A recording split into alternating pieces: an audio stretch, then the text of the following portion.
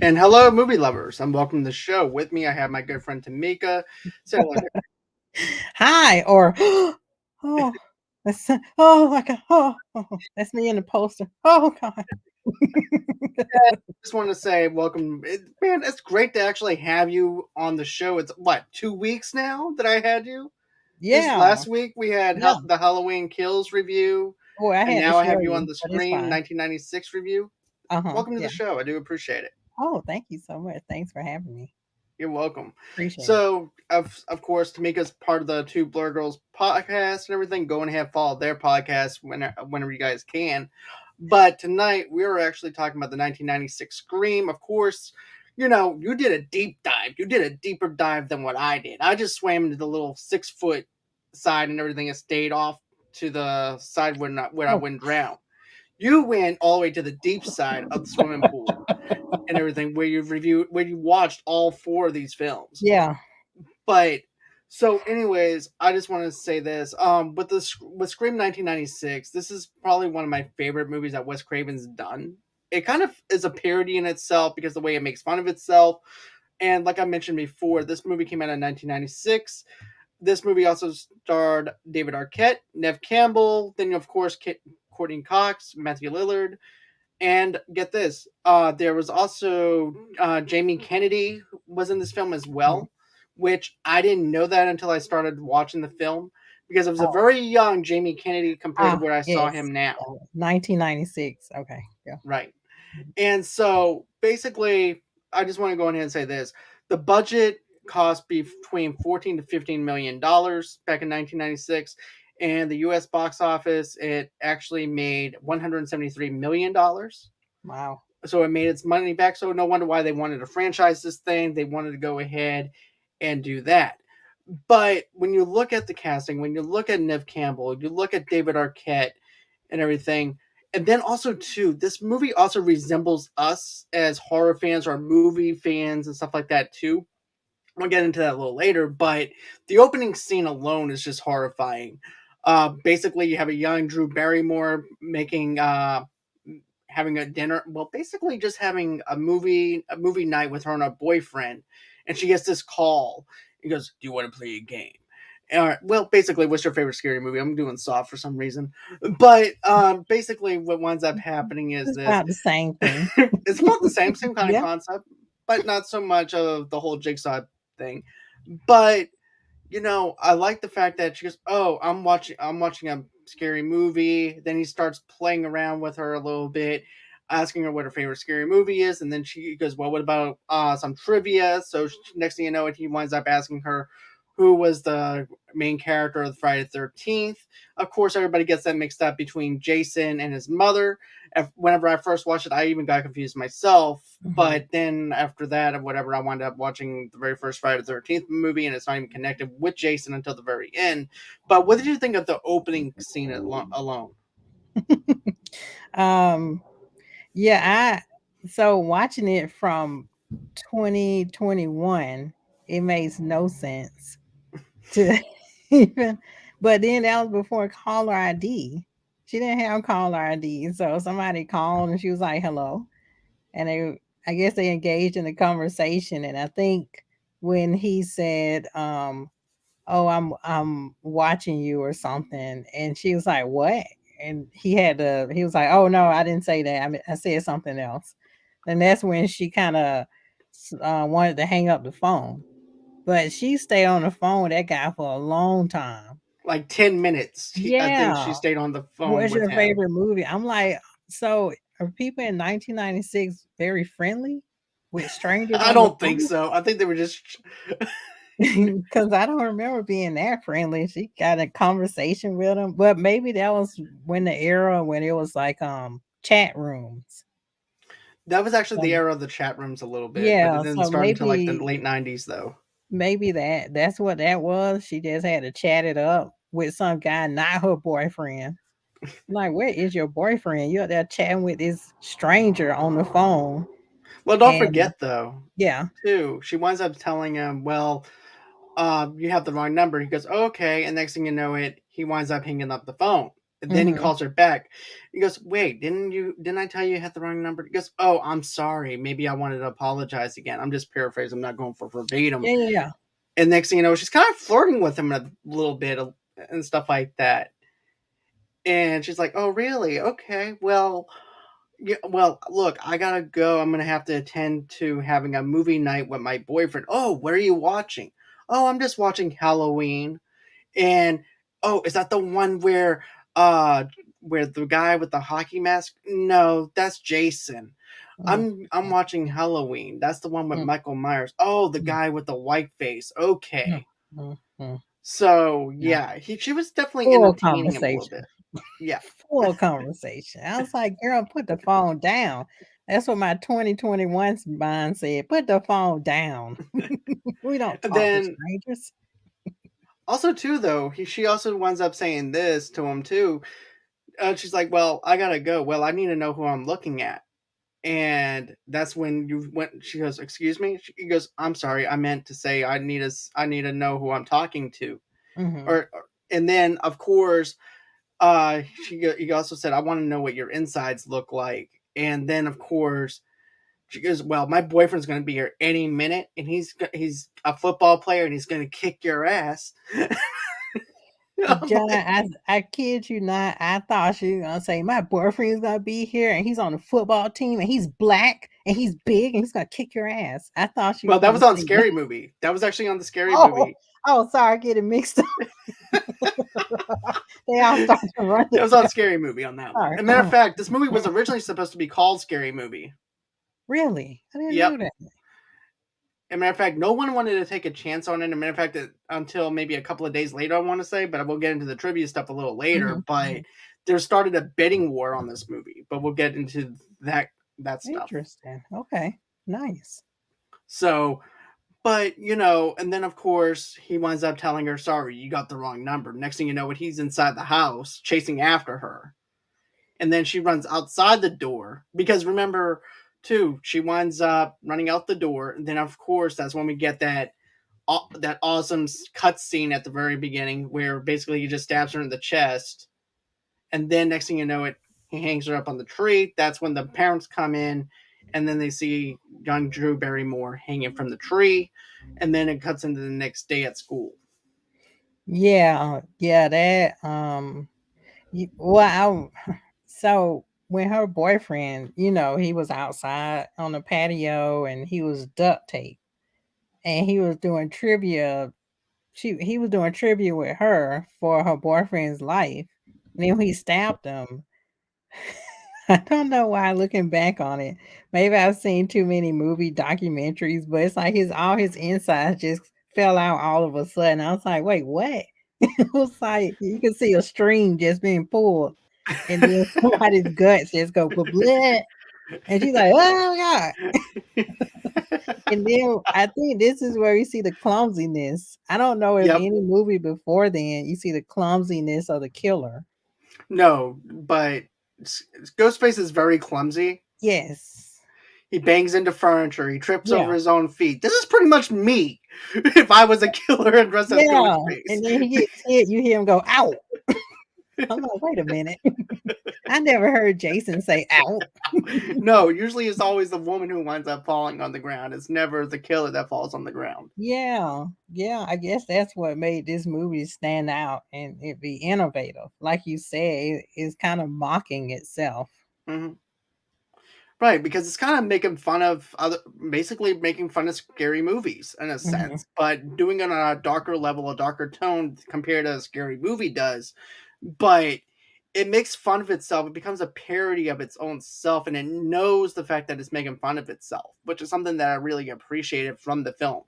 Of the mhm, fact that it knows the target audience, it knows who it's going for and gunning for.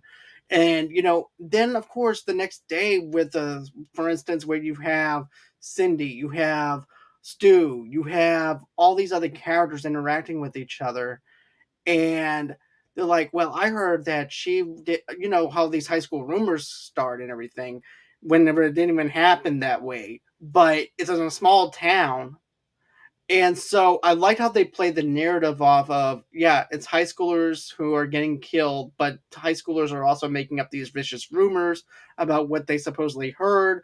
It's so high school if you think Mhm. about it.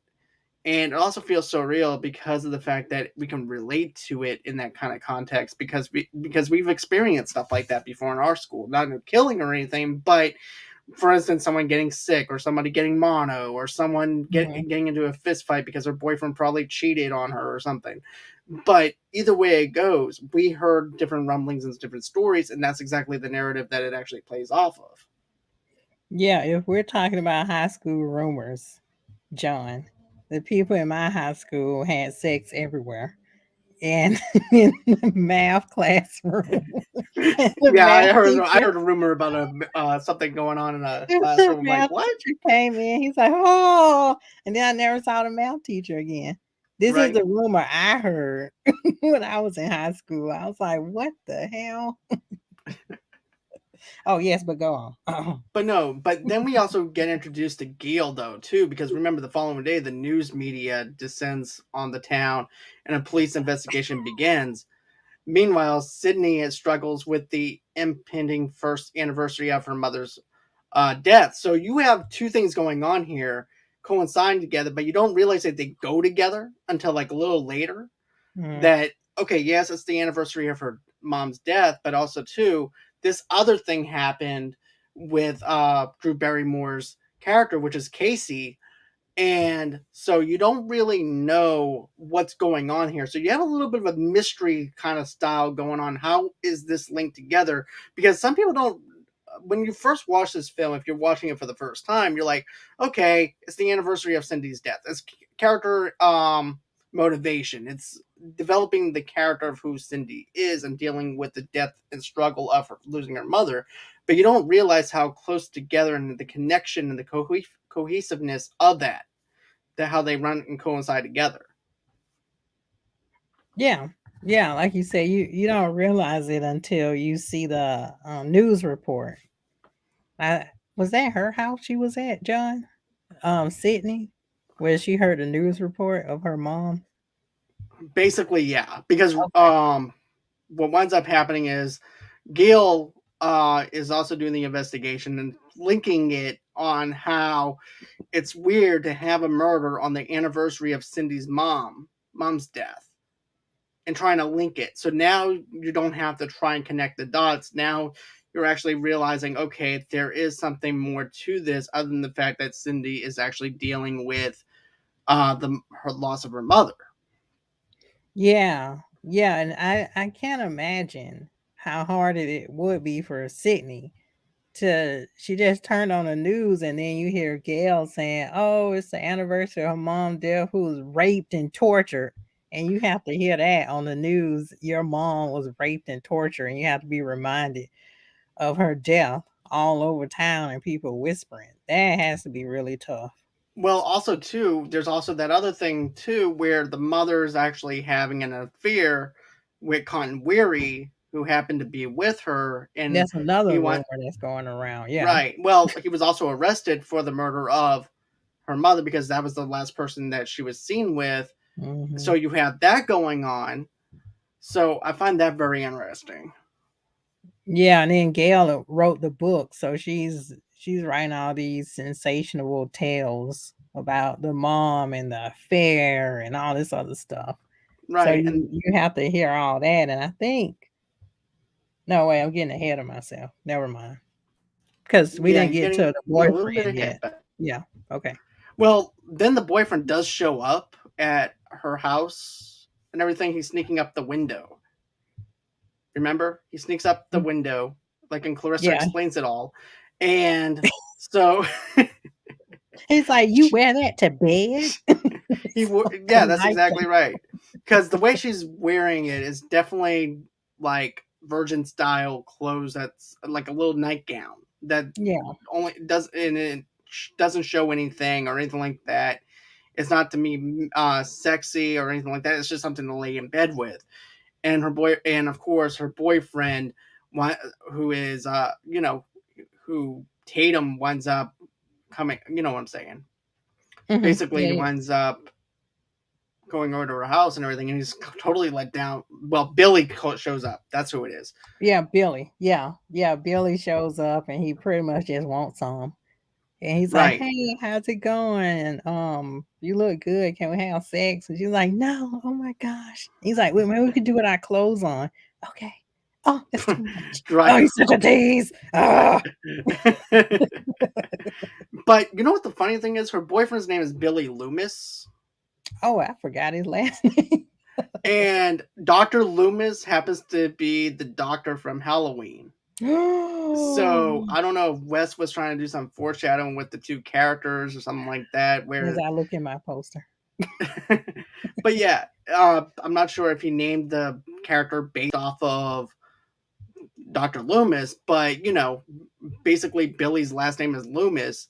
And after he drops his cell phone, and then of course, he goes upstairs, and then her father walks in as well. So Billy has to hurry up and duck underneath the bed. Hmm. And so the father said, "Did I hear another voice or anything?" "No, no, no. It was just me. I bumped into something." And so she goes, "Oh, okay. Well, I love you. I love you too." Then he closes the door. And Yeah. then Billy comes out with the stuffed animal being like a little puppet. He goes, Mm, "Boy, that was close." And yeah. so Take then my after clothes that, off. yeah, That's pretty much what he said. right. So after that happens, she tells Billy that, "You look, I'll see you tomorrow and we'll talk more." So after he leaves, she discovers a cell phone. That cell phone happens to end No, no, up. no. I think we're jumping ahead. Are you sure? Yeah, cause like he's leaving, and then well, I'm getting too detailed, but then she's like, "Hey, can we have a PG-13 relationship?" And she's like, "Boobies," and he's like, "Oh, you're such a tease." And then he goes down to the ladder, and he's like, "Blue balls, blue What balls." is? What does he sound like? The Cookie Monster? That's how, that's how I do guys when Blue they like balls. have blue balls. Oh, you're such a tease. It's a little bit of Batman with Cookie Monster. Oh my god! That's how I imagine all guys sound when they have blue balls. Oh, me want cookie. Well, this isn't the first time that blue balls is actually mentioned on here because we talked about Sorry, blue balls last night. So sorry. I'm sorry. no, I no, no, don't no. know. You're good. You're good. I don't know what the rating is for this show, Don't worry. but We're talking about a rated you R had movie, me so on, so anything you know goes. what to expect. But the next day Billy is released. But here's the thing, though. Um, I might be jumping around a little bit, but that's okay. I mean, Yeah, it's fine. but then of course, Sydney receives a taunting phone call after she hangs up and everything too. Well, here's the thing. Meanwhile, basically while waiting at home for her friend Tatum Riley, Sydney receives a taunting phone call after Mhm. she hangs up with her, because remember, she was supposed to stay over at Tatum's house Yeah, and everything. And that time, after that happens, because her father's going away on a business trip, conveniently. conveniently going away on a business trip. So that leaves Sydney by herself, and then that's when she gets that haunting phone call after she hangs out with Tatum and says that she'll be over there in a few minutes to pick her up to spend the night over at her house. And then that's Yeah, when she winds up getting uh, that phone call from Ghostface, and basically he ends up asking her the same questions that he asked Drew Barrymore's character. And what winds up happening is this: she goes, "Yeah, I don't like scary movies. It's just some stupid blonde head woman with big boobs that just goes up the stairs and doesn't think about just going out the front door. It's totally ridiculous." Next thing yeah. you know it, and he goes, "Well, what's so ridiculous about it?" Next thing you know it, he pops out of nowhere and starts chasing her. And then it's also her running up the stairs, Hmm. and then as she's going up the stairs, she shuts the door, locks it, puts the chair up against the door, gets on her computer, calls 911 through her Yeah, computer. I was gonna ask you about that. It said something about for the deaf. Like, why did she have that? Well, Here's the thing. I remember back in the day they did have something like that in case you weren't able to call out or something while you're Oh, online. So therefore you can call 911. I remember them having something like that back in the hmm. early 90s, a So little you can late type, 90s. do a dispatch for the death and just call 911 through that. That's You know, interesting. yeah, that's what they did though. Because I Hmm. remember them trying it out as a little detailed thing, but I don't. Hmm. It didn't last long. Mm. But then, of course, she winds up finding Billy's phone Yeah, after Ghostface winds up leaving, and then that's when Tatum asks her what's going on, and then of course she calls her brother Dewey up to investigate, and Dewey is just a small town cop that's just trying to do good, and also while also trying to check out a high schooler too, which is kind of weird because he's also checking out. I don't get it, sorry. Every but time I think about Dewey, Scary Movie has totally messed me up. 2 So I feet. think about the Dewey and Scary Movie. I was thinking about it the whole time I was looking at this. I was like, oh, But he's not as good looking as he is on this one though. yeah. He had the hat on in Scary Movie with the spinner. He's like, oh. Okay, we're talking about Scream. Okay, got Right. it. Erase But Scary Movie. like I said before, Billy arrives shortly. This is also what makes him a suspect because Billy Hmm. does wind up arriving just at the same time that Dewey shows up. Yeah, he's like, oh, I heard a noise. You okay? She's like, oh my God, Billy. I'm like, that's suspicious.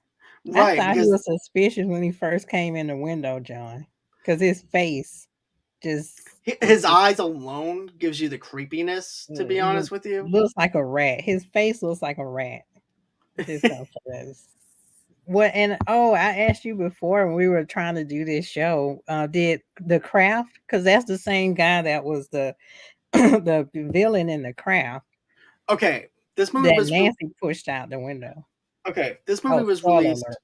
Well, this movie was released December 20th of 1996. The Craft Okay. was released in the summertime.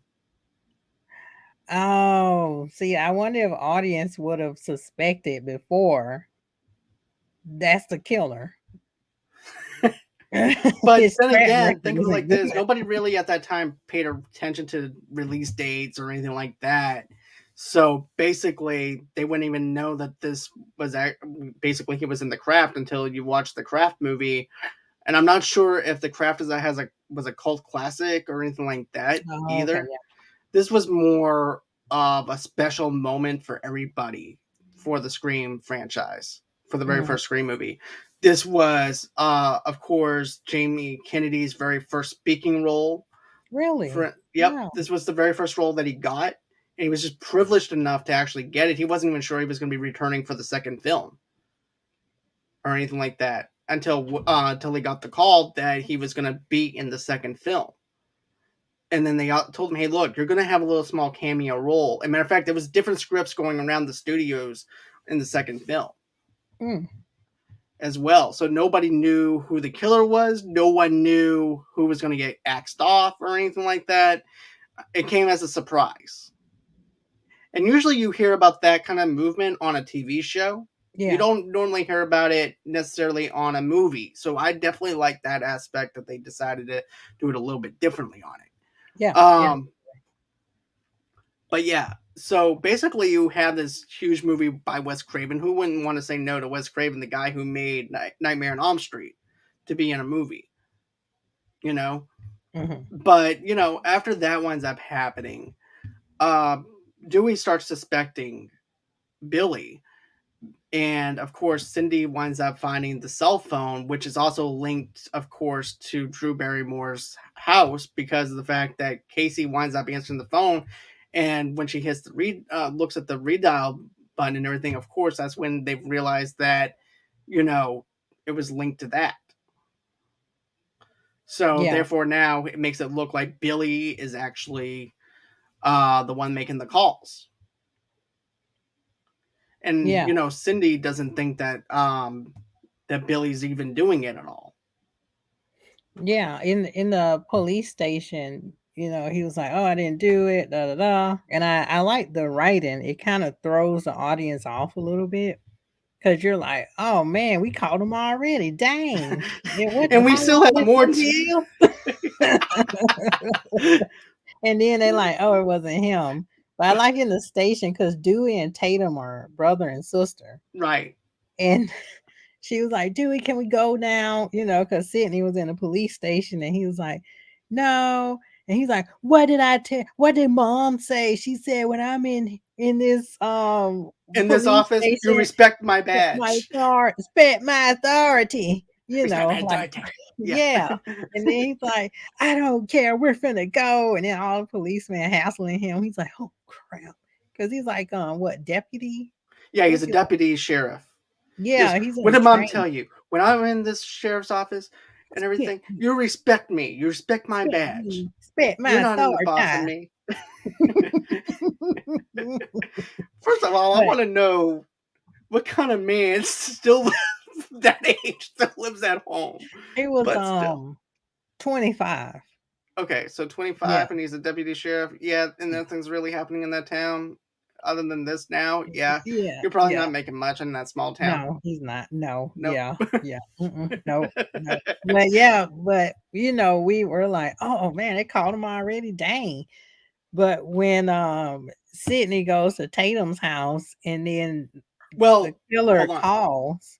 There's Oh. actually something that happens before they get to Tatum's house. Oh, okay. That's when she's confronted with Gail. Okay. Remember? Yes. Because Gail goes, hey, how does it feel to actually have a murder take place at the same time that your mom, and I'm just going for verbatim here, I'm Yeah. not quoting the movie, but how does it feel to have somebody murder that you knew in high school on the anniversary of your mom's death? And she goes, oh, Gail, by the way, I I heard that you have a book coming out. I can't wait to read it. Oh, I'll get you a copy. Next thing you know, it she winds up slugging her, and Gail goes down for the count. Dewey goes ahead, Ding ding. puts his sister Tatum and Cindy in the police car, escorts back home, and everything, and back over to Tatum's house. And then Tatum's over there mocking the whole entire scene. Yeah, yeah. She knocked the highlights out of Gail. Yeah, she goes, "I'll get you a copy." Next thing you know, bitch goes down. Yeah, But yeah. I was like, oh yeah. Yeah, I was like, yeah, yeah.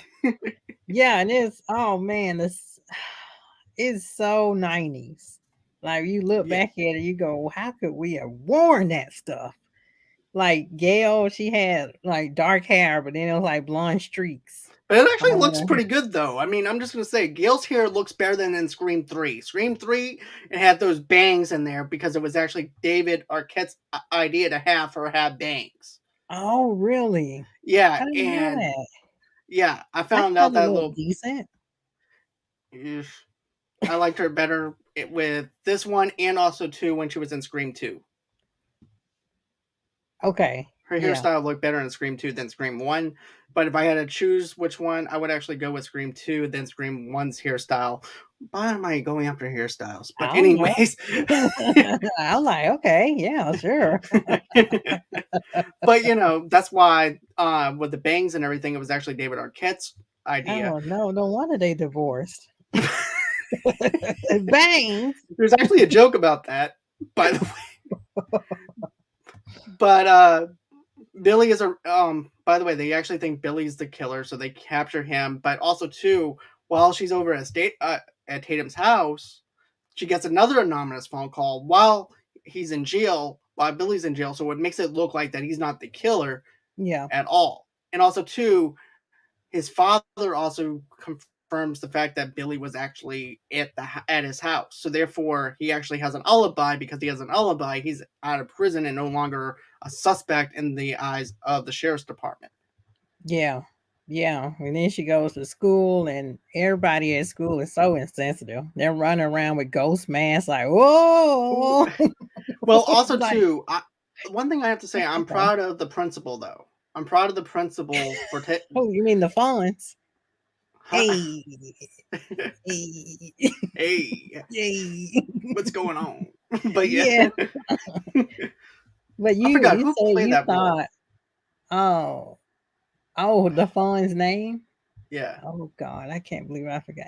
Henry Winkler? Is Henry it Winkler. Winkler? Yep, Yeah. Yeah, but you told me when we kind of talked about this before, you thought it was the principal. right. Because he's cutting up the mask with the sharpest, cleanest scissors I've ever seen. And I am so jealous of those scissors. They look like they came from surgery. He's like, cut you like a fish, you stupid kids and your whore generation. I was like, dang. And he also puts the mask on. Yeah. Oh, remember he threatened that boy? He was like, how would you like it? And then he put the scissors on his chest. He's like, we cut your guts out and hang you on a tree. I was like, damn. But I understand where he's coming from, Jesus. in a sense, looking back on it, because they Yeah, were I being told understand it ball now. bags, though, if you think about it, Yeah, they because were they were being insensitive. insensitive. So therefore, he has to scare them into submitting to him because he's the principal and he upholds a higher power in the school system. And if he lets that chaos run and everything, that's going to run amok, and he And doesn't he's want the that. funds. Right. Yeah. But I was thinking it was him. I was thinking that it was the principal. Then all of a sudden, the principal gets killed in the bathroom, I believe. So I was like, nope, never mind. That's not him. I remember I looked at my mom because she's the one who brought me to the movie theater. Because I remember whispering to her, I said, I think it's the principal. And this is like 10-year-old me or 11-year-old me. I said, I think it's the principal. Then all of a sudden he gets killed. I'm like, it wasn't the principal. How many you say, Mom, I think it's the oh, never It's but mind. also too, we also have this other scene being played out in the fountain too, with Cindy and all her friends, and of course, Oh, well, this is actually before I think before Billy winds up getting arrested. But yeah. remember too, where you basically have um you wind up having Stu there with everybody else, and Tatum, and then you also have Billy, and they're all talking about who could be a suspect Mm-hmm. in the murder and how to gut somebody. Mm-hmm. And All the then, clues. yeah, it was just so much foreshadowing behind it that it's not even finding out who the killer is. It's plainly obvious once you watch the film, once you feel like with the plot twist of who it is, it's ballpark figure going on over here. And especially with the little joke, leave here later. Yeah. But I wonder in the 90s, was it obvious for Mm-mm. us then? Like, where you look back, you like, wow, this movie is filled with so many foreshadowing. You might as well just put an arrow and say it's them. It's them. Right. Because it's Stu and Billy, you know? Spoiler alert. Yeah. But I always liked. Now, here's another thing though too is I like the video store scene in this, because the Oh. video store. This is what I'm getting at, where it's symbolization, and it Mhm. reminds me of us. And of course, I used to work at a video store back in the day. I didn't have the Um, privilege, but I went to Blockbuster many a times. I did too, but I also worked at movie gallery down here. I was so lucky. So seeing seeing Stu and them talk to each other. What's Kennedy's character's name? Oh gosh. Is it Randy? Yeah, Randy. Thank you. Randy. Oh, okay. Yeah, Yeah, I forgot too until the yeah. end of the movie. I was like, Randy oh, Randy. reminds me of myself because of the Okay. fact I love movies. I quote movies all the time. I'm not as to be honest with you, I love horror movies, but not as much as Randy does. To the No. T, where he's like the horror expert. Which, Yes. speaking of horror experts, I recommend you guys listen to Brucker's podcast, which is really Hmm, good because he's awesome. this huge podcast. To be honest with you, he was actually part of another podcast that I was at. He was on my show about last year. But Okay. Brucker is just fantastic at what he does. But anyways, to me, he symbolizes who we are as an audience, as someone that talks about horror films, knows horror films, and things like that, and also panning out the obvious. He even said it. Billy is the suspect Hmm. in the video store. Yeah, he's like, look at the guy. I was like, yes. He's Just like, just look at look his at him. face. And why would he be in the video store and a horror section with all these Yes. other girls, is what he Yes, says. and he's a suspect. But the banter between Stu and Randy, I love. I love the banter between the two of them. Yeah, very 90s dialogue. Especially Matthew what's his name? Lillard? Yeah. Lillard, right? Yeah. Yeah, Matthew yeah. Lillard does a You fantastic can job do of a playing drinking Stu. game on how many times he sticks his tongue out. He 'Cause does he's that a like, lot in all his "Yeah, movies. ah, but, ah." I was like, "What are you doing? But You know?" if you follow Matthew Lillard's thing, Yeah. he does that a lot in his movies. She's All That. I think he also did it on Hackers and stuff like and things like You'll that be too. so drunk if you do a game on that. Oh, by the way, speaking of blue balls Yes. and everything, I Mm. have to drop a little 20% off promo code for Manscaped. What is Manscaped? I'm glad that you guys asked because you know who could actually use the Manscaped, Tamika? The ghost face? No, not Ghostface. Oh, Freddy okay. Cougar. He could have actually Ooh. used a Manscaped. He has that claw. He has no way of shaving anything in the downstairs area or anything like that. He could have done a lot of damage in the downstairs area, but he could have used a Manscaped. Matter of fact, a lawnmower 4.0 is basically the one that I would recommend for him because support for this podcast is brought to you by Manscaped and Movie Lovers Unite. Who is the best at manscaping in the waist grooming championship of the world? Manscaped offers precision engineering tools for your family jewels. Manscaped just launched their fourth generation trimmer, the Lawnmower 4.0. You heard that right. The 4.0 joined over 2 million men worldwide who trust Manscaped with the exclusive offer for you 20% off worldwide plus shipping, free shipping with the promo code Movie Lovers Unite. And get this, if Freddie would just imagine shaving with a sleek, well designed and optimized trimmer that makes shaving time his favorite time in the bathroom, he wouldn't have to be worried about what scaring anybody because I promise you the below the waist and everything is probably a lot more scarier than chasing after a teenage girl with a nightmare. But, I'm one of the first people to try the 4.0, and I'm blown away with the performance. The craftsmanship and the details in the 4.0 are next level. I'll tell you what, I used to have a hard time with just using a regular razors. I would always go on ahead, cut myself and everything. But the 4.0 is just fantastic with the Manscaped, the engineering, the ultimate groin and body trimmer by focusing on intelligent functionality and incredibility, comfortable grooming experiences. Their fourth generation trimmer features a cutting edge chromatic blade to reduce grooming accidents thanks to their advanced skin technology. I now feel comfortable and confident shaving my boys. The upgraded trimmer includes a multifunction on and off switch. That's always a plus because you don't want to go ahead and cut yourself and it doesn't cut on and off while trimming your boys. That could be a bloody mess. So switch that engaged a travel lock. It also gives you the ability to turn the 4000 LED spotlight on and off when needed or more for a more precise shape. I'll tell you what, the LED light is the fantastic thing. That's one of the things that I liked about it. You thought you had here, you don't know what you had until you actually use that LED light on the hard to reach areas, because by then you look like a cheetah pet getting groomed. That's how much hair you would actually have.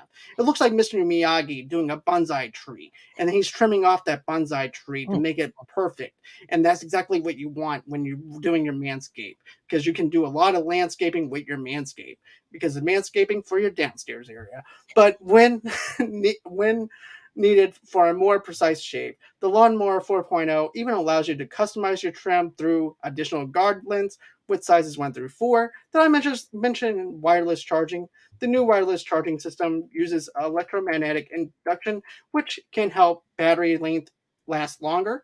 Men, if you've been shaving with the same nut trimmer on your face, you've been doing it wrong. No person wants to end up with pubes in their mouth. No one wants to have that hair in your mouth. No one wants to have a cheetah pet for a mouth or anything. If you want to go on ahead, invest in something, go on ahead, invest in the Manscaped. It's your time to get your own ball hair and body trimmer with Manscaped to make me time the best time and enhance your confidence with some nice smooth boys. Don't be like Freddy Krueger who has a burnt boy. You don't want that. Have a nice little smooth edge to your boy because that's what you want. Get 20% off plus free shipping and handling with the promo code Movie Lovers Unite at manscaped.com. And guess what? Your balls will thank you, and so will your partner that you're with. And promo is this promo is brought to you by Movie Lovers Unite and Manscaped. Awesome. Yep. Always good to shave your boys. So Yes. any Good. Think about the women, men. yes. Because they don't want to make your here's the thing, you don't want to have any kind of hair or anything look like a cheetah pet. That's not sexy at No, all. no, who wants hair in their It looks food? like a jungle down there. That's not a good thing. If Tarzan can swing from it, it's not good. No. so, Mm-mm. I don't so like hair anyway, on my food. No. so now that we cut that out of the way, Yeah. so Yeah. basically we were talking about them hanging out at the blockbusters and stuff like that, renting videos, and of course the arrow pointing over to Bill, and then of course Stu's trying to make it up, saying, "Oh no, he's not the killer," or anything, and he goes, "Well, how do you know? He could be." And then he's all going through the extremes of trying to convince him that he's not the killer. You can Yeah, he definitely was tell trying Stu's trying to way cover too it up. hard. Oh Yeah, yeah, he was trying way too hard to see that he's not the killer.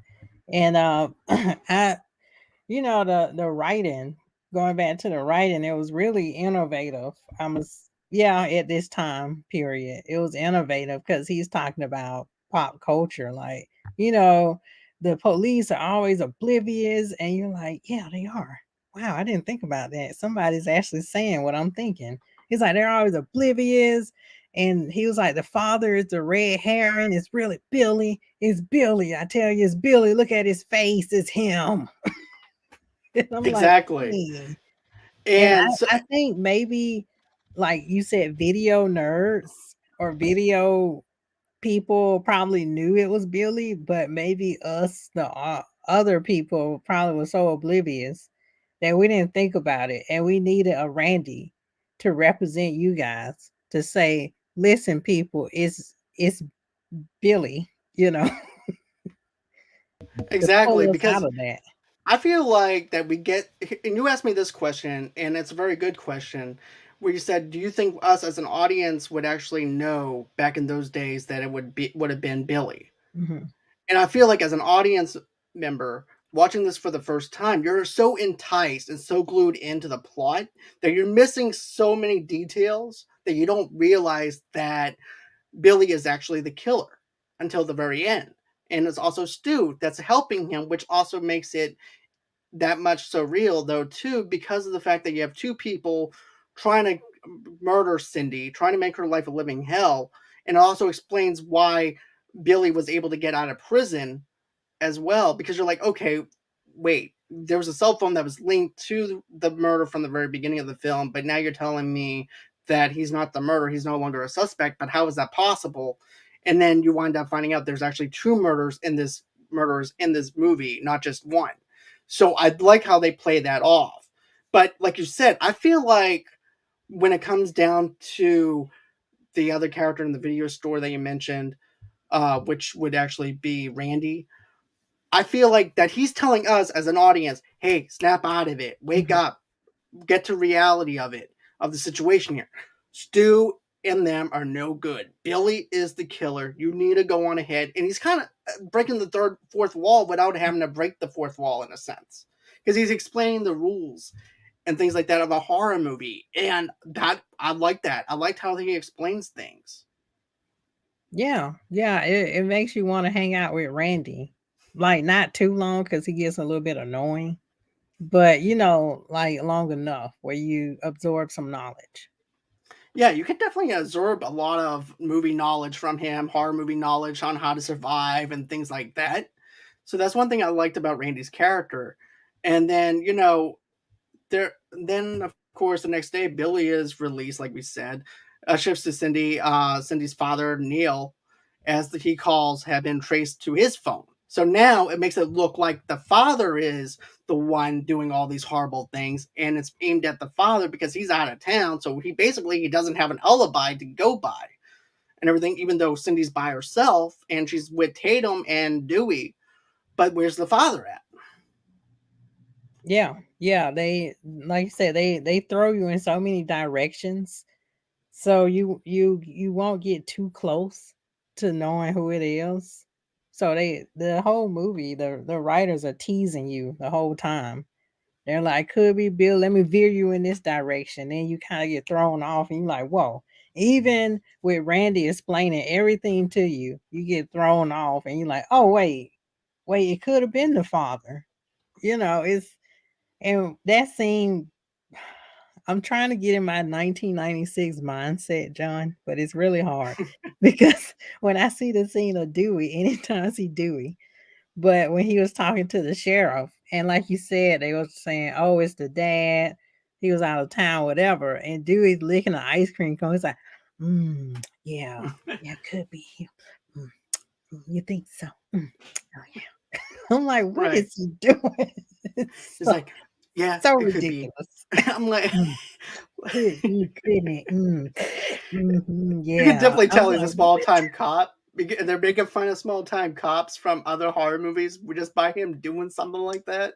they have time to eat ice cream. I guess so. But I liked Oh, how goodness. they're now all of a sudden he becomes a suspect. School is suspended in the wake of the murders. After the students have left the school, the killer stabs the principal, like we said, to death in his office. Tatum's boyfriend Stu throws a party to celebrate the school's closure. So now they're actually having a sleepover party mixed in with a Halloween type of party, but it's not Yeah. actually a Halloween party. It's Sydney's demise. Yeah. Right. Very insensitive. Let's have a party since, On you Sydney's almost got behalf. killed. Oh, yeah, on her behalf. Yeah, let's have a party since you almost got killed. And you know what? We didn't see that as a foreshadowing either. That it was Stu's idea to have the party in the first place. Oh, see? Because get this, all this time I thought it was Randy throwing the party because of the fact him just geeking out over horror movies. Yeah. But now that I saw this movie and since we're having the new movie, it gives you a whole new light on certain things because now, okay, so now Stu is the one who's throwing the party at his house on Cindy's behalf, making fun of the fact that there's a killer out there Mm-hmm. and horrifying her and scaring her. And also, Billy's going along with of course, Billy's the leader of this whole entire thing. Yes. Yes. But now it makes all sense because now you have that. And then at this same time, you have another thing that's going on where basically you have the party going on, and then you have Deputy Dewey being outside, serving and protecting the law, Sorry. serving and protecting the law and everything, protecting these teenagers against this ghost-faced killer, making sure nothing's happening. And then meanwhile, Gail shows up with her van with Kenny, the cameraman. Yeah. The one she called Fat Slob. Yeah. Yeah, and so Kenny and her actually hide a video camera in the home and to see what's going on inside the house and everything else too of Stu's. And nobody's even paying attention of the camera or anything either because it's so small you can't really see it, but it's underneath the VCR and stuff like that. Yeah, I'm surprised Randy didn't catch that. I don't think he was counting on Gail to crash the party or anything. Well, Stu either. To be honest with you, I would actually think that Stu and Billy would have catch that before Randy did because I think Mm. Randy, because don't forget it's Stu's house. Yeah, that's true.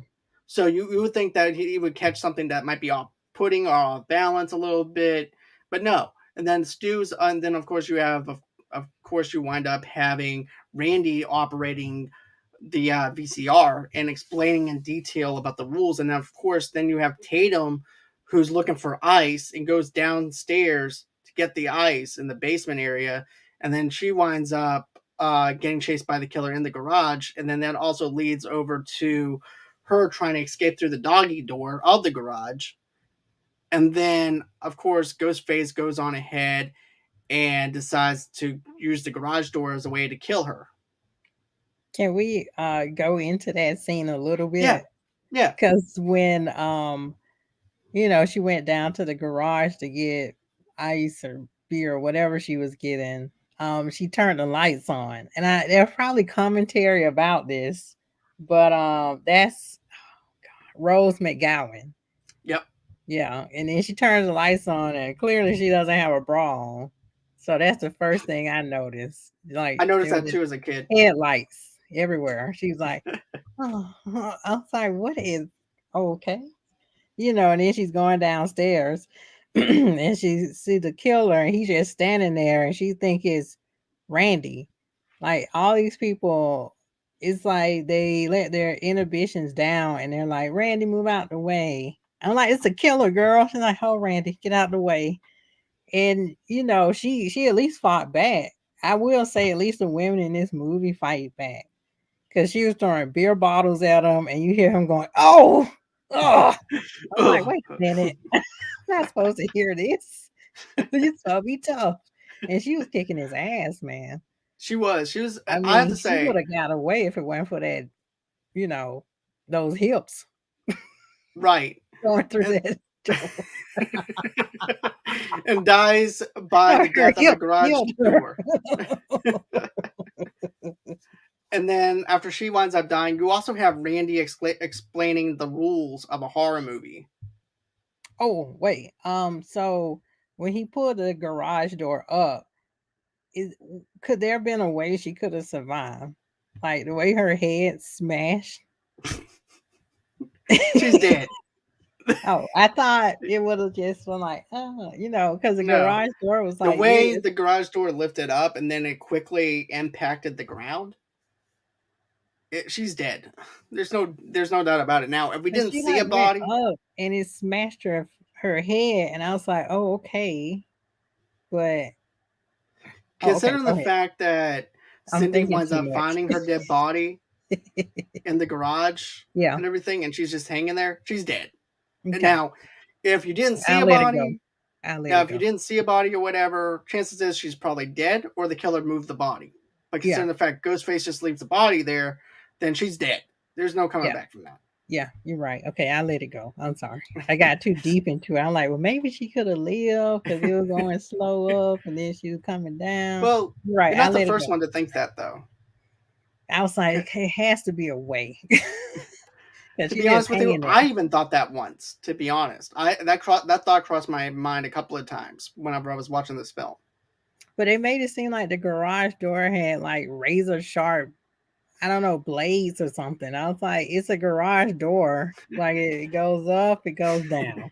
Not I in a mean, horror movie. okay, got it. It I'll shows let the it go. You're right. You're right. Sorry. Logic. Logic. Shut up. logic goes out Okay. the door. Yeah, and But then I like how Ghostface is like, oh, well, that was easy. Everybody saw that. Okay. I'm just gonna move out this frame here. I was like, what is this? Am I supposed to be laughing or am I supposed to be terrified? right. Oh yeah, don't forget too. Con Weary does show up in this film before the party too. I saw him on Because TV. I think he has a confrontation with Cindy, I believe, because he gets out of prison and everything. Because Gail brings him over to her. No, that was in two. That was in Two two. or Okay, yeah, three. yeah, yeah. I'm getting them Yeah, two that was mixed in up. two I or three. apologize. I If you want apologize. to do the rest, you can. No, I'm good with part one. We only have an. Okay. Okay. So I do apologize. I am actually. You know what? I'm actually skipping ahead, a lot ahead to the second film. It's fine. We almost finished. We are at the Right, party. right. We're at the party, Yeah, and then and so Randy's explaining the rules. yeah, the rule. Okay, there are certain rules that one must abide by in order to successfully survive a horror film. For Yes, instance, number one, you never have sex. yes, Big no no. No yes. sex equals I'll death. say Okay? yes. Number two, you can never drink or do drugs. Oh boy, I'm doomed. I like to have a little beer every now and then, but it's fine. The sin factor. It's a Okay. sin. It's an extension of a number one. A number three, you never, ever, ever, under any circumstance, say, I'll be right back. Because you Yeah, won't be right back. yeah. Hey, John, I'll be Yeah. right back. Oh. No.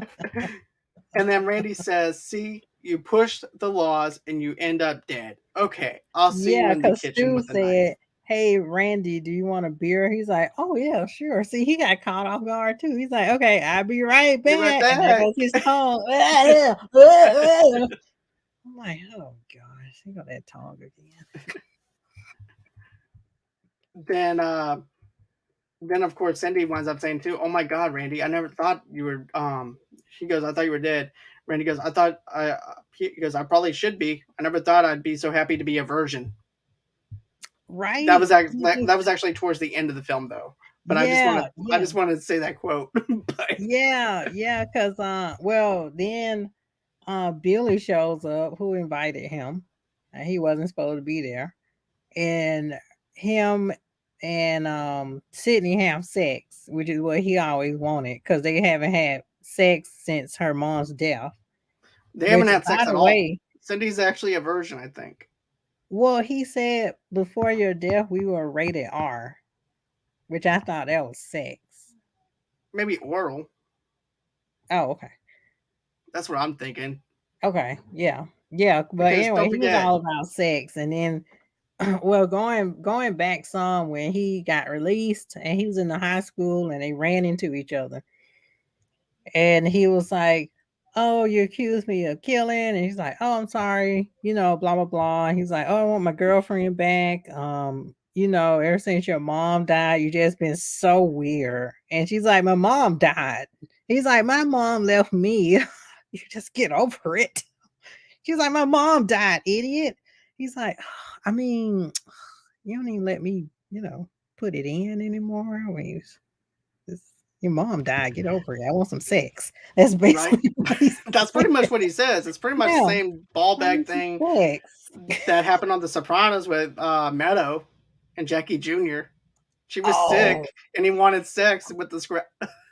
So it's basically the same thing. yes.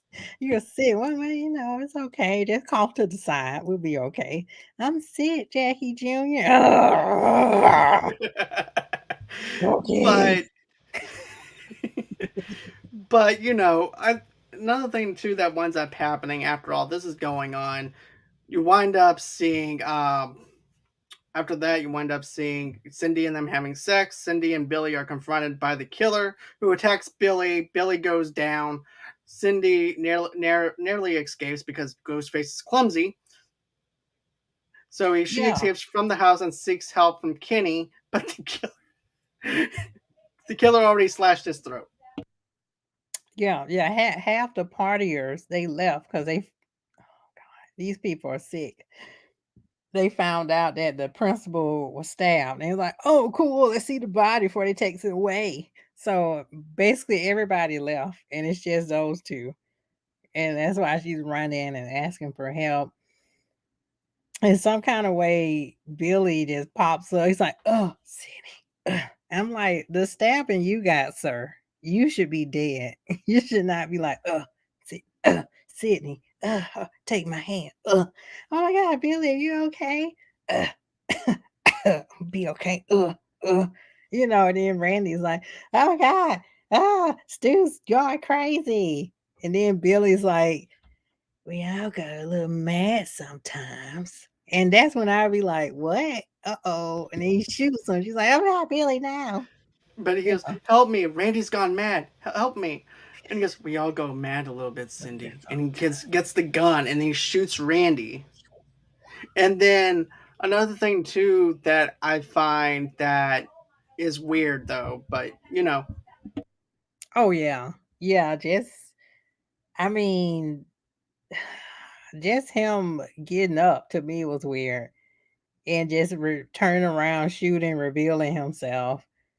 He's like, "Oh God, you shot Brandy," or something like that. So she was still clueless. She was like, "Oh my God, Billy, he's not the killer. What are you doing?" And then there's a slow reveal, and she's like, "Oh, you're the killer. Oh God, I never saw it. Oh dear. right? Especially when he's stumbling around saying, Oh, Cindy, Cindy, oh, Sydney, give me the gun. Give me the gun, Cindy." Sydney, give me the gun." And he's stumbling like Ghostface would stumble. Yeah, Sydney, give And me the gun. I'm sorry, Billy. You okay? after he shoots Randy, that's when Stu comes out. Yeah, surprise. And he goes, "Surprise, Cindy." She's like, And "Oh, Stu, we thought you were outside." because remember, okay, there's also another thing that actually gets played out though too that we forgot about with Gail and Dewey. is also there's also stuff going on the outside Oh, though too, where right. uh, basically Dewey is falling for Gale Yeah. and talking about old memories and things like that, and of course they almost got run over by a couple of trick or treaters or partiers also, and then he lands on top of Gale. Then after that, he gets a distress call that there's something going on over at the house. Yeah. Yeah. Then he finds Sydney's dad's car. Right. Yeah. That's how they find. That's right. They find Cindy's dad's car, and then they go back over to the house because now it's actually making sense that something could have actually happened to Cindy's father. So therefore, Cindy's father might not even be a suspect anymore. Yeah. Yeah. Then, the whole surprise party where it gets revealed. They're like, surprise! It's us. We the killers. You know. And then after And, that, they make their way back to back. Gail tries to escape in her van, but drives off the road to avoid hitting Sydney, Sydney, and crashes. Meanwhile, Dewey is stabbed in the back while investigating the house, and Sydney oh, takes yeah. his gun for protection. Stu and Randy appear and accuse each other of being the killer.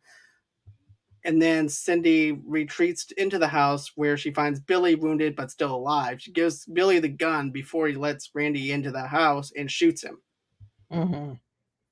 Yeah. Yeah. And then she's like, why are you doing this? And then, which they watch way too many movies, by the way, John. It's They like, definitely do. well, the killer never gives the motive away. But if you need a motive, your mom was a slut bag. I was like, damn. Oh, ouch. Yeah. Everybody knew it. I was like, geez, goodness. And like, wait, did you kill my mom? Yeah, I killed her. He Your was mom having was an a affair with slut my bag. dad. Oh God. And then all of a sudden they bring the dad out He's like, yeah, poor dad. and tries to blame him for a homicide for the Yeah. party and stuff like that because he just all of a sudden just snaps. Yeah. It's like, okay, so this was gonna happen. You're gonna die. They're gonna blame it on your dad because he snapped because the anniversary come up, blah blah blah. And then the stabbing scene was funny yet twisted and sick because they Right, had because the they started quoting stuff from Psycho. They started yeah. quoting because remember, you don't want to go too deep. If you go too deep, you're going to cut all the major arteries and everything, which is not going to be good, which is going to cause me to bleed out. And then, of course, he's also explaining how he's still alive because of corn syrup, what Billy is, and he Concert. goes, corn syrup, same stuff that they made in other horror movies or something like that. And Yeah, then yeah, yeah. And then Go after ahead. that winds up happening, Billy stabs Stu, but he stabs him a little too deep. Stu then goes on ahead. Basically, it's a back and forth game with them because they have to make it look like that the father stabbed them. So basically, what winds up happening is Stu winds up stabbing Billy first, and he doesn't cut him all the way. Then after that, Stu winds up getting stabbed by Billy, but he cuts him a little too deep. He goes, "You asshole! You're not supposed to do that. You were supposed to go that deep." And Why so, you yeah, trust a killer? They're both killers. especially Why when you you're trust them? following Billy for crying out loud. Yeah, Billy's more of a psychopath. He doesn't even smile.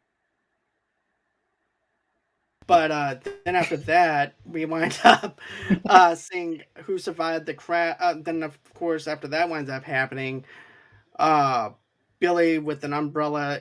Oh, that's right. Then the whole entire thing gets twisted around. Remember, Cindy winds up after they're going on their back and forth.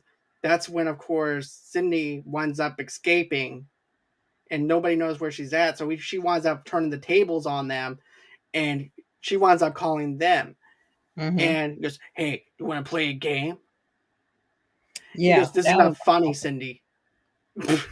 Yeah, that was awesome. It was awesome. And Now, then my favorite part is by Stu though, because Stu winds up. She goes, and I call the cops. And Stu doesn't even care about himself dying or anything like that. He's bleeding, but he doesn't even care.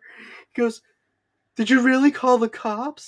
He goes, "Dip, bet your ass I did. My parents are gonna be so mad." yeah, yeah. Well, you're gonna be dead in a couple minutes, so it won't matter. I like that part where Billy's looking for her, and they pan to the scene of Halloween, because yeah, Halloween seems like a big influence on the director too. Right. But they showing Halloween in the movie, and then Sydney's dressed as Ghostface. She comes out and then Mm, she's stabbing Billy with an umbrella. right. And then Stu magically comes out of nowhere, and then she does some karate flip where she just like flipping him on his back. And I was like, dang, where'd she learn that move from? That's an awesome move. Dang, I need to study that move. But also too, the foreshadowing of the closet in Halloween. There's the pause. Not well, the movie didn't pause or anything like that, but Uh, as the scene is being played out, this is also where Laurie is actually trapped in the closet trying to hide from Michael Myers. So get this. So instead of the killer being a male and the woman's hiding in the closet, the woman is hiding in the closet, is actually the killer, which is Cindy hiding in the closet, getting ready to stab uh, Stu in them. But she mhm. winds up stabbing Billy with the umbrella. Yeah, So it's yeah, kind of a foreshadowing, doing a little bit of a gender swap. yes, it was excellent. And then she has that tussle with Stu, and he's like, "I already had a thing for you, Sydney." Yeah, his tongue comes out again. Drinking game, and then she kills him with a TV, which I am trying to. Okay, I'm not gonna think too much. We already got past the garage scene because So I was no, no, like, "How no, does she because there are die some people with a that think TV?" Stu's still alive. I've been looking it up Okay, before we started, and there are people that think that Stu's still alive. And yeah, because Matthew, that huh? TV screen was kind of big, but at the most, I don't think the TV would have broken, like the screen would have broken. But those things were actually heavy back in the day, though, But too. depends on how high it was sitting on top. And okay, yeah, we don't have to. Okay, go ahead. Sorry, go ahead. I let it But go. it also depends, also too, on how. Don't forget, TV sets back in those days, they were heavy as hell. Yeah, they were. But still, there's a lot of people that think he's still alive. And matter of Mm, fact, Matthew Lillard wants to come back for this fifth one, no boy, and I want him to come back because I like Matthew Lillard. I have to see that tongue again. Is that gonna come out? The only time that he doesn't stick his tongue out on a movie is probably the movie that you and I reviewed last Halloween. 13 Ghosts. Yeah. He didn't. Nope. Interesting. He was trying to be serious. Do a He, serious role. he's trying to be a little serious because don't forget that was a different role compared to what he did in Okay. Scream.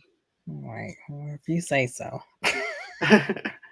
But he also played another role in Senseless where he actually had a bunch of piercings and stuff like that too.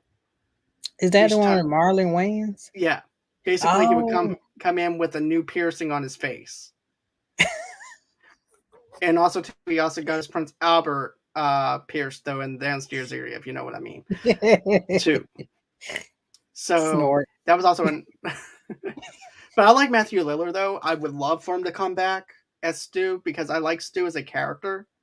Yeah, That's just me. that's Um, you.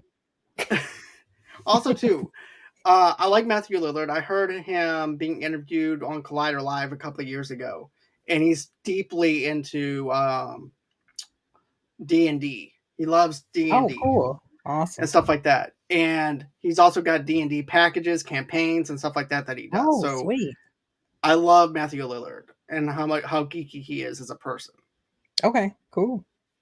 Him But and as that far as Joe an actor Mango goes, guy can play together. well, him and Joe do play together. Oh, cool. That's even So, better. but I would love to see Matthew Lillard return. But that's just me and my prerogative Yeah, because I that's think just that you. it could do something more to Mm-mm, do a callback to the very first Scream movie because I think this is what it's going to. no. But after this winds up happening, like I said before, after she winds up killing him with the TV set, Billy then awakens and attacks Cindy, but Gail shoots him. Randy is revealed to be wounded but alive and remarks that the killer always resurfaces for one last scare. Cindy takes the gun and shoots him Billy in the head, killing him for a good, and the sun rises and police arrive. Dewey, badly injured, is taken away from the ambulance, gives Gail a thumbs up, makes an opportune news report about the night's events, and the movie cuts to black.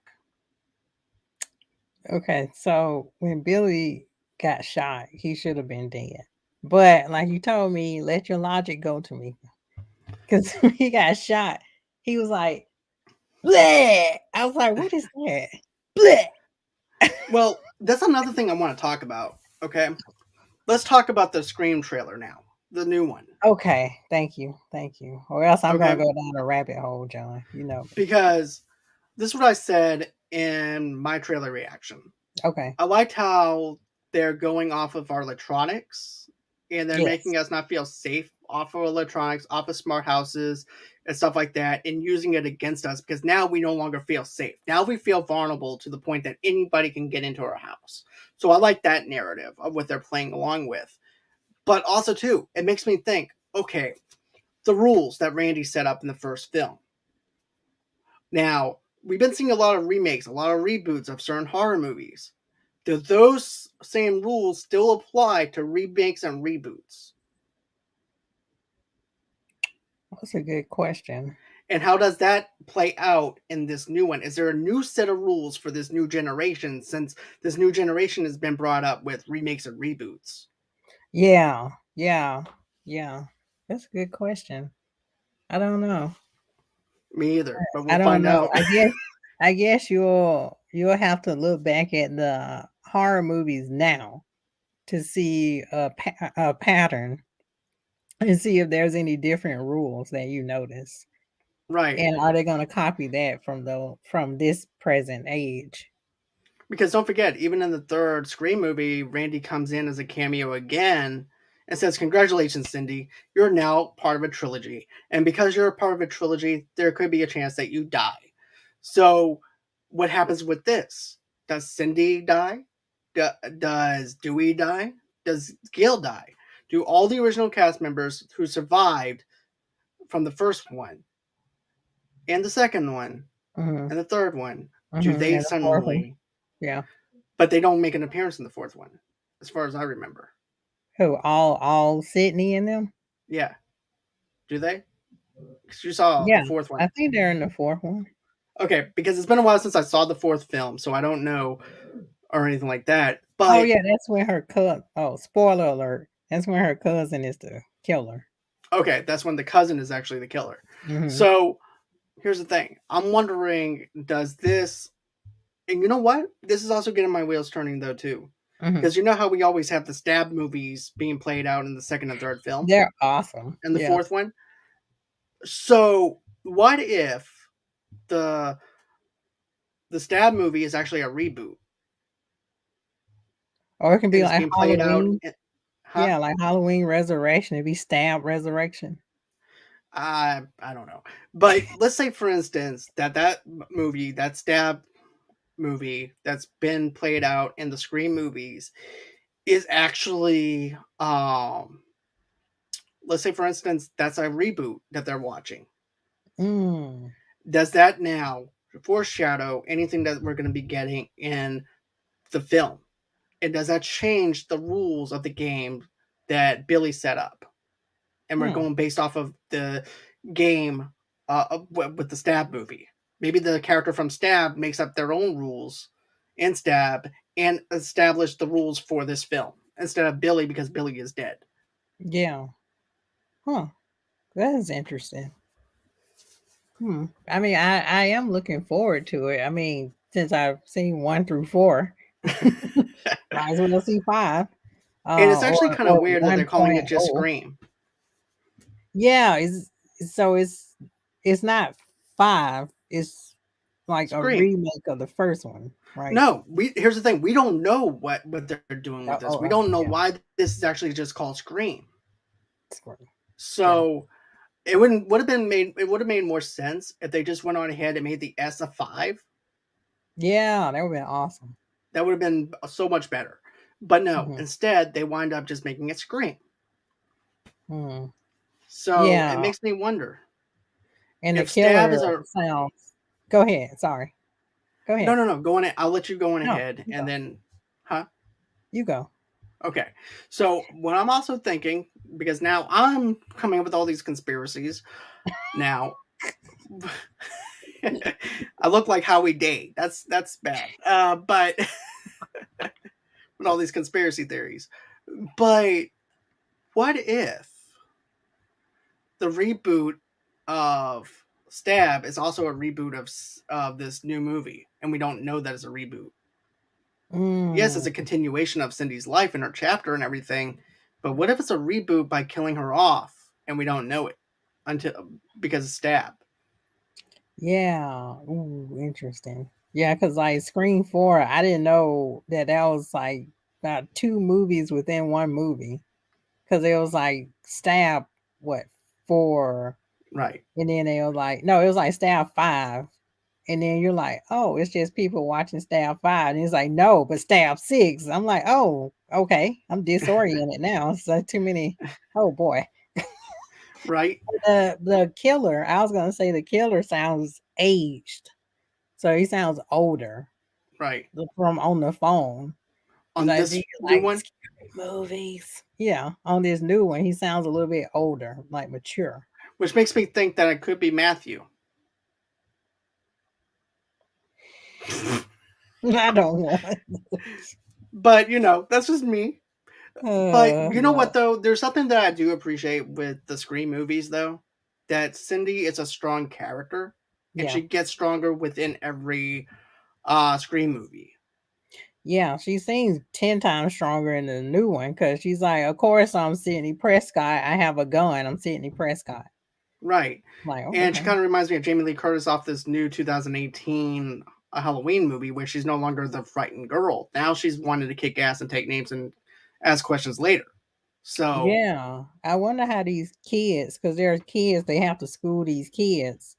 Like, so is anyone in there related to Sydney? that's what I'm wondering. I'm wondering too, yeah. Because in the fourth one, they had somebody related to Sydney, and then they was stalking that person. Well, allegedly. Um, Right. but yeah, and then the killer's like, it's an honor. So yeah, makes me wonder: is this It does. new? Is this somebody new, and it's an honor, and they're just copycatting, or is this somebody she knows? Which her close circle is just not trustworthy because she No, keeps having definitely not. killers in her circle. Right.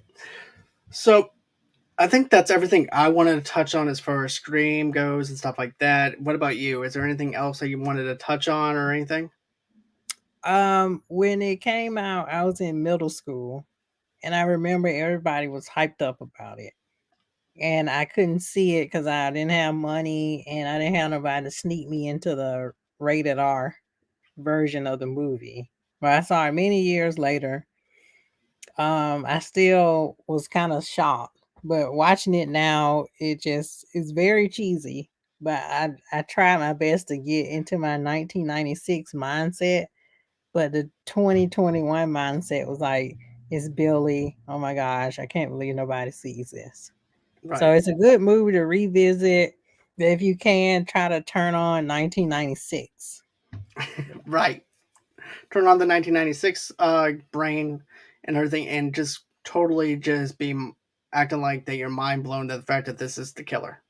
Yeah, be gullible. Basically, Right. that's my Yeah. suggestion to you. Be gullible. But with that being said, Tamika, where can everybody follow you at? Oh, good. Two Blerd Girls. We are on Facebook. We are on Instagram. Two Blerd Girls underscore podcast, I believe, and we're on YouTube. Two Blerd Girls.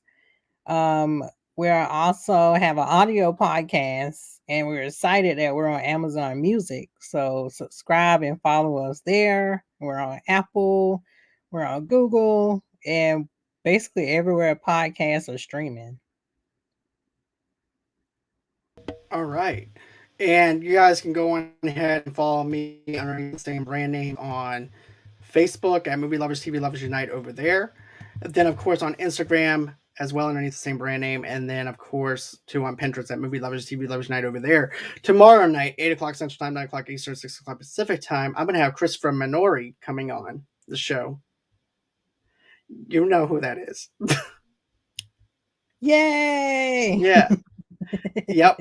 I'm going to be having independent author, writer, Christopher Minori, and we're going to be doing something a little different than what I Oh, normally do.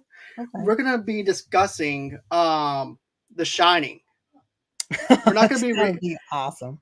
yes, because I read the book. Him and I both read the book. We both don't like the movie that much, and we want Stephen to go on King version. ahead and do a book to movie experience and as to why we don't like the movie compared to the book. So it's going to be a Right. different way of actually reviewing a film, but we're just going to have more of a discussion and talking about the film as to why we don't like it and some other stuff within as well with the sequel to The Shining, which would be Doctor Sleep. Oh, it's gonna be a good show. So yeah, we're gonna do a little bit of a deep dive into that. So go on ahead, stay tuned for that. 8 o'clock Central Time, 9 o'clock Eastern, 6 o'clock Pacific Time. With Chris Minori and I talking about The Shining. I can't wait to talk about that. Of course, guys, if you want to get an audio only podcast episode, you can get that wherever you guys get your major podcasts from. And congratulations also to you for having your podcast on Amazon as well. Oh, thank you, You're Jeff. welcome. You're welcome. And so another thing too is I want to mention this. I actually teamed up with Two Blur Girls podcast, and we're doing a charity event with Cincy. All proceeds go over to the Children's of St. Jude's Hospital. So go ahead, get yourself a Cincy. It goes to a good cause. All proceeds go over to the Children's of St. Jude's Hospital. It goes for a good cause. So go on ahead and get $5 to $10 of Cincy's, and all proceeds go over to Children's of St. Jude's Hospital. Then, of course, if you guys want to, go on ahead and go to Good Pods. What's Good Pods? I'm glad that you guys asked me what Good Pods was. So all you have to do is go to Good Pods, download their app. Their easy play button is just smooth and easy to use. And also, too, you can rate individual episodes of our shows and tell us what you think about those shows and stuff like that. It also helps out with the rankings and stuff like that on Good Pods itself. So go on ahead, rate us on Good Pods, tell us what you think. It's basically social media for podcasters or people who love listening to podcasts. So go on ahead, check that out over there. And then, of course, if you want to rate us on Apple Podcasts as well, we don't mind that at all if that's where you basically listen to all your podcasts from. So go ahead, check us out over on Apple Podcasts. Then, of course, if you want to, go ahead. We do some TikTok videos from time to time as well at Movie Lovers Unit 0. So that's where you can actually catch me doing some PR stuff and things like that. On November 23rd, I have a very special guest coming on, and that guest is actually a part of the Shawshank Redemption. And he was actually the casting director for Shawshank Redemption, and that is Brent Scarpo. Brent Scarpo is now a life coach. So that's going to be an interesting conversation with that on November 23rd at 8 o'clock Central Time, 9 o'clock Eastern, 6 o'clock Pacific Time.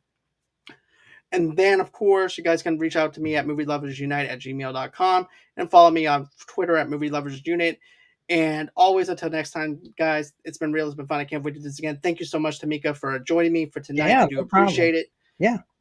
And always until next time, guys, stay safe and have a great and safe night. And I'll see you back here tomorrow night with Christopher Minori. And bye bye.